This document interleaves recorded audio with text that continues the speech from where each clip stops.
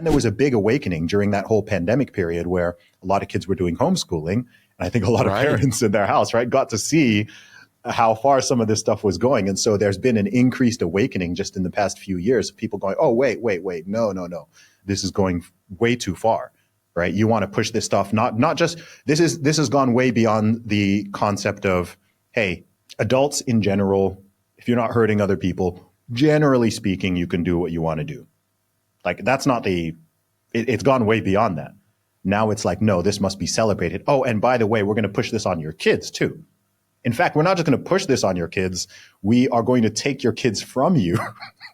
If you have a child who has some sort of gender confusion or gender dysmorphia, or you as a father say, actually, no, you're a father in California, and you say, no, I don't want my 14-year-old having puberty blockers or any of this stuff, right? All of a sudden, wait, now you're the enemy of the state.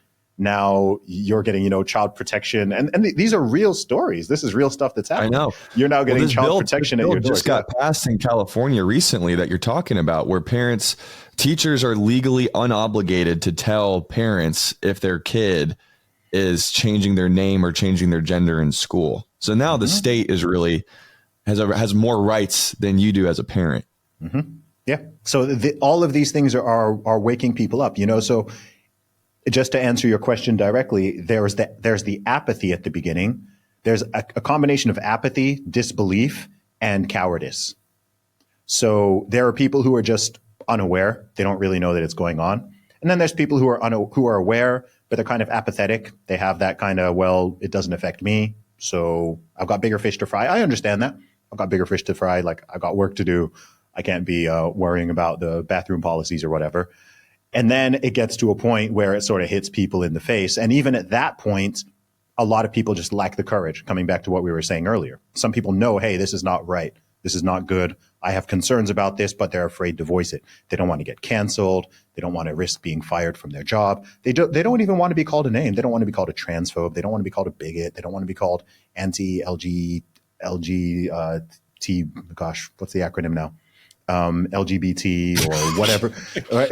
Yeah, can't even keep track anymore. Yeah, they don't want to deal with all of this smoke. And so it encroaches. And the truth is, a very small intransigent minority can have an overwhelming impact on a culture and a society and a nation. If you've got like a small group of people who really believe these ideas and they're pushing them hard and they're activists and they're working on this every single day, and then the vast majority of people are just like, okay, they're kind of shrugging their shoulders, or they're certainly not speaking up, then those ideas, particularly with the power of social media, those ideas can go mainstream a lot quicker. The speed from which an idea can go from fringe to mainstream, I think, has massively increased. I think, 20, 30, 50 years ago, that process maybe took it took decades.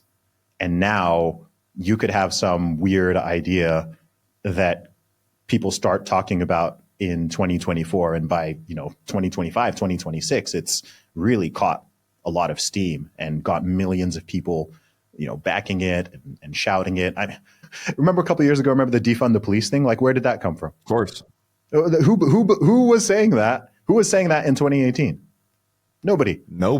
And then by mid 2020, you've got people, not even just in the US, even in the UK, people are, defund the police, all cops are bad, da, da, da. And you're like, wait, where did this idea come from? Some people even saying abolish the police. And you're just like, that is new. That's a strange, right? Like, that's a strange fringe concept. Like, that does not really compute. And it caught a lot of steam. And hey, if you weren't on board, at least if you didn't post the black square and, do all the stuff you're supposed to do, now you're a bad person. Now you're racist. And now you're, and again, a few years later, it's mostly died out. It's mostly died out at this point. But mid 2020, it was just like, hey, if you're not on board with this whole thing, if you don't put up the black square, if you don't support BLM, if you don't take the knee, if you don't do all this, you're a bad person. You're a racist. You're now a white supremacist. Even if you're not even white, you're a white supremacist. And yeah, I don't know, man. Strange times. Very, very strange times.